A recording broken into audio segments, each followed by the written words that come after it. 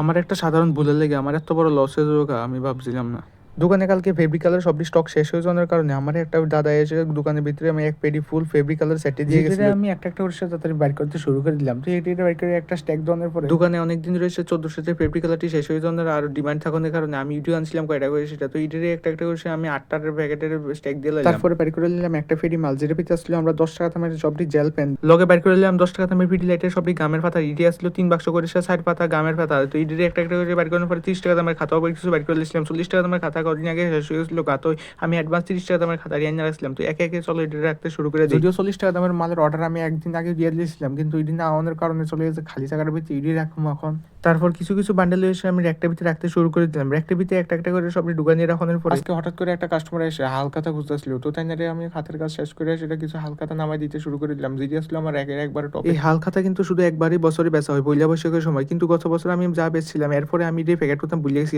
যার কারণে এটি দেখলাম আজকে উপরের 2-3টা মালের চারিদিক দিয়ে ইন্দুরে কেটে ছিল যার কারণে কাস্টমার দেখলে তো এমনি নিত না এটি।